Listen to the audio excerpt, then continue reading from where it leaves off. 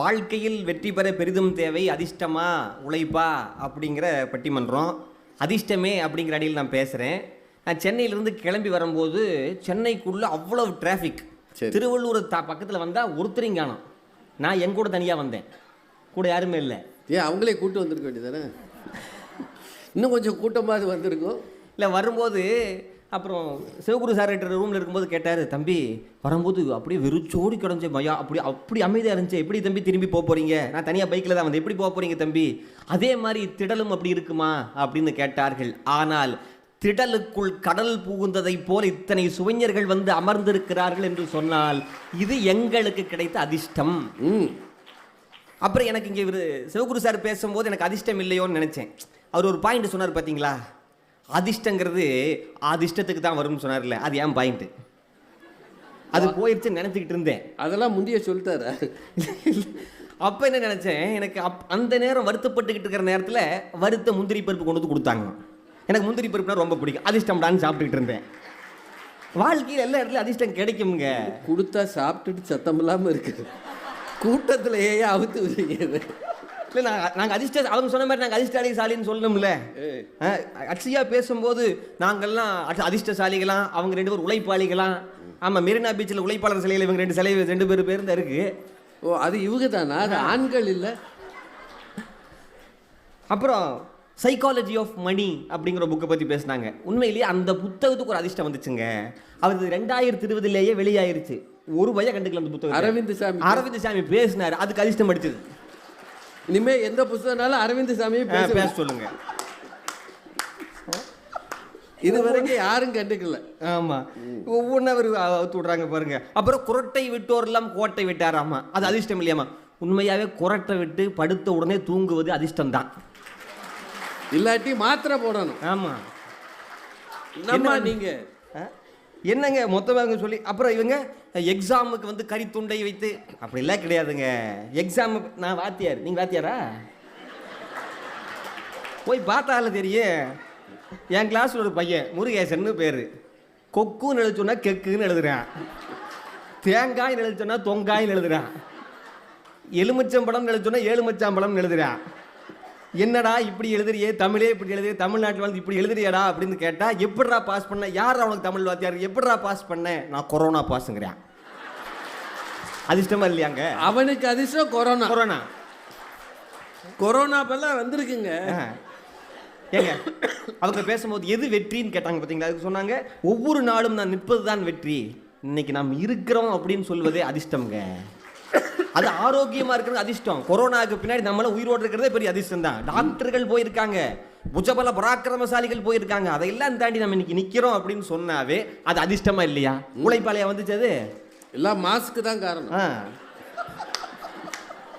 ஆனா என்னோட சைஸ்க்கு மாஸ்க் கிடைக்கல. ஏன்? அது சுருக்கி தைக்கிற மாதிரி ஆயிடுச்சு. மாஸ்கை 2 வெட்டி மாட்டிட்டு மாஸ்க் போட்டாவே ஹெல்மெட் போட்ட மாதிரி தான் இருக்கும்.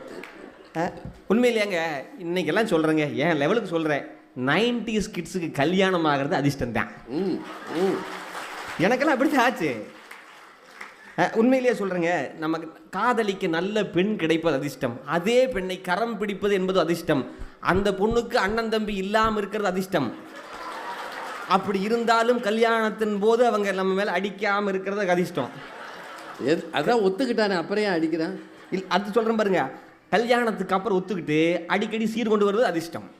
அதெல்லாம் நம்ம இஷ்டத்துக்கு வராது, அதிர்ஷ்டத்துக்கு தான் வரும். ஏங்க உண்மையிலேயே சொல்லணும்னா திருக்குறளில் சொல்கிறாங்க, தெய்வத்தால் ஆகாது எனினும் முயற்சி தன் மெய் வருத்த கூலி தான் தரும். புரியுதா? கொஞ்சமாக அளவாக தான் கொடுக்கும்.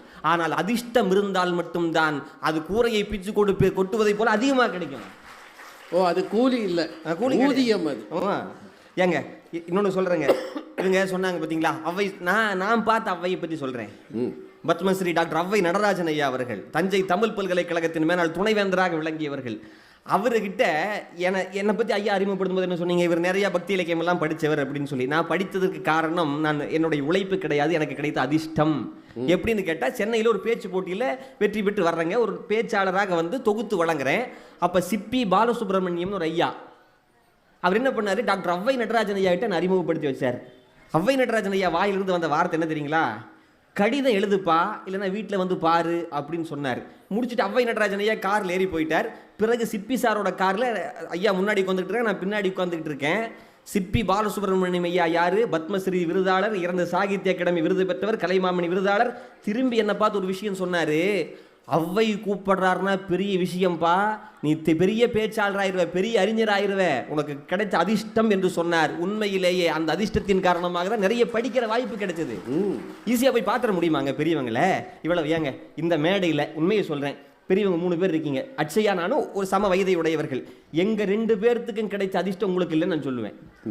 ஏன்னா ஆமாங்க, அவங்க எங்களை விட உழைச்சவங்க, படித்தவங்க. ஆனால் மீடியா அப்படிங்கிற ஒரு அதிர்ஷ்டவயமான விஷயம் வந்து எங்கள் 2 பேர்த்துக்கு கிடைச்சது இல்லை. அப்போ இவ்வளவு பெரியவங்க முன்னாடி இந்த வயதிலேயே பேசக்கூடிய ஒரு வாய்ப்புனா அது அதிர்ஷ்டம் தானே. மீடியா முன்னாடி பேசுறது பெரிய அதிர்ஷ்டம். கண்டிப்பாங்க. மீடியா உங்களை பற்றி பேசுறது இன்னும் பெரிய அதிர்ஷ்டம். எப்படியோ பப்ளிசிட்டி ஆகிறோம்ல ஏங்க. அதையும் தாண்டி இன்னொன்று, தூய்மை பணியாளர் பத்மா அவர்களை பற்றி சொன்னாங்க. அது தங்கத்தை பற்றி பேசினாங்க. உண்மையிலேயே இன்னைக்கு குழந்தைகள், எனக்கு பையன் பிறந்திருக்கிறான், அவனை கொஞ்சலான்னு நினச்சி தங்கம் அப்படின்னு கொஞ்சறது கிடையாது. ஏன்னா குழந்தைய கடத்திட்டு போயிடுவேன். ஏன்னா தங்கம் அப்படி ஆயிடுச்சு உண்மையிலேயே. அப்படி இருக்கும்போது அந்த பத்மா அவர்கள் 45 சவரன், அதை விற்றா 67 லட்சம். ஐயா எவ்வளோ விடுங்க ஐயா, அந்த கணக்கு பெருக்கு முக்கியம். அத்தனையும் திருப்பி கொடுத்தாங்கல்ல, வாங்கினவங்க அதிர்ஷ்டசாலியா இல்லையா? சரி, ஒன்று கேட்குறேன், அந்த பத்மா அவர்களிடத்துல வாழ்க்கையில் தொடங்குகிற காலத்திலிருந்து அந்த நேர்மை இருந்துக்கிட்டு தான் இருந்திருக்கும். அதாவது சந்தி தெருப்பெருக்கும் சாஸ்திரம் கற்போம்னு பாரதி சொன்னார்ல, அதுக்கு சரியான உதாரணம் பத்மா அவர்கள். அவங்க நேர்மையாக தான் இருந்தாங்க. பட் அந்த நேர்மை வெளிப்படுவதற்கு அந்த நேரத்தில் ஒரு வாய்ப்பு கிடைச்சது. அதுக்கு முன்னாடி நேர்மையாக தான் இருந்தாங்க. அது வந்து அதிர்ஷ்டம் தான் சொல்லுவேன். நல்லது. அதை விட்டுட்டு இவங்க வந்து எப்போ பார்த்தாலும் சொன்னாலும் ஏற்றுக்கவே முடியாது. அப்புறம் இன்னொன்று, எப்படி எறும்பா உழைக்கணும், சூறாவளி போல் சுரண்டு, எதுக்குங்க அப்படி உழைக்கணும்? தேவையில்லை. நம்ம சாப்பிட்ற 4 இட்லி எதுக்கு? அவ்வளோ போதும்யா. ஆமாம், உண்மையில் இங்கே பாருங்க, நம்ம புற்று இருக்கல, புத்துக்கு என்ன புத்துன்னு பேர் சொல்கிறேங்க? பாம்பு புத்து. பாம்பா கட்டுது? கரையான் கட்டுது. கரையான் கட்டுற புத்துல பாம்பு போய் குடியிருக்குது. ஆனால் பேர் என்ன வந்துச்சு? வீதி ஓட்டு வெங்காயத்தை வெள்ளாமன்றது வெள்ளையப்பேன், தெனாவேட்டா தின்னு போகிறது திண்ணையப்பேன்னு ஒரு கதை உண்டு. அது மாதிரி நமக்கு இயல்பாக கிடைச்சி எடுத்துகிட்டு போக வேண்டியது தானே. உண்மையிலே எங்க இந்த மீடியா வந்ததுக்கப்புறம் பாத்ரூம் பாடகர்களாக கரைந்து போன எத்தனையோ பேர் இன்னைக்கு சூப்பர் சிங்கராக உயர்ந்திருக்காங்கன்னு சொன்னால் அவங்களுக்கு கிடைத்த அதிர்ஷ்டம் தானே. உண்மையாக சொல்கிறேனுங்க, நல்ல அப்பா அம்மாவுக்கு நம்ம பிறக்கிறதே பெரிய அதிர்ஷ்டம் தான். அது உழைப்பாளையா வருது. அது பூர்வ ஜென்மத்தில் செய்த புண்ணியம், இறைவனுடைய எப்படியாலும் வச்சுங்க, அது அதிர்ஷ்டம் தான். அதையும் தாண்டி நல்ல ஸ்கூலில் போய் சேர்றது, நல்ல ஸ்கூலில் சேர்றது பணத்தால் அப்படியெல்லாம் கிடையாதுங்க. நல்ல புலமையான வாத்தியார்கிட்ட படிக்கிறதுங்கிறது பெரிய அதிர்ஷ்டம் தான். கிடைக்குமாங்க? நல்ல வாத்தியார் இருக்கணும்.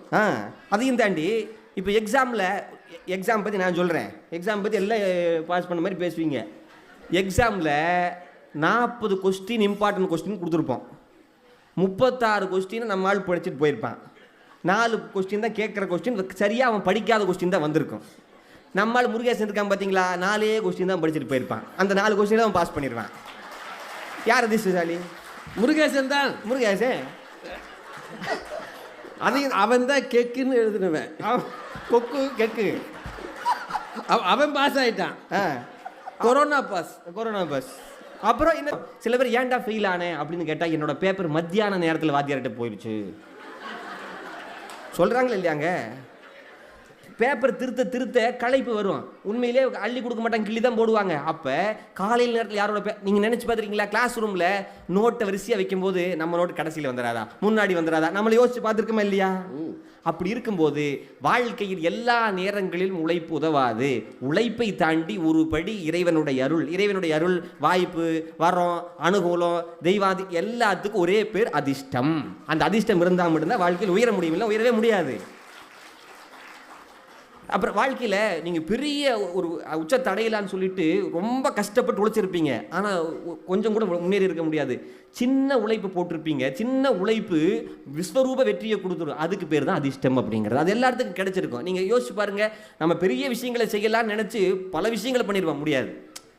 ஆனால் சின்னதாக ஒரு பிள்ளையார் சொல்லி போட்டிருப்போம், நம்ம அதில் வெற்றி அடைஞ்சிருப்போம். அதுக்கு காரணம் அதிர்ஷ்டம் அப்படின்னு சொன்னால் அதை ஏற்றுக்கணும். உண்மையை சொல்கிறேங்க.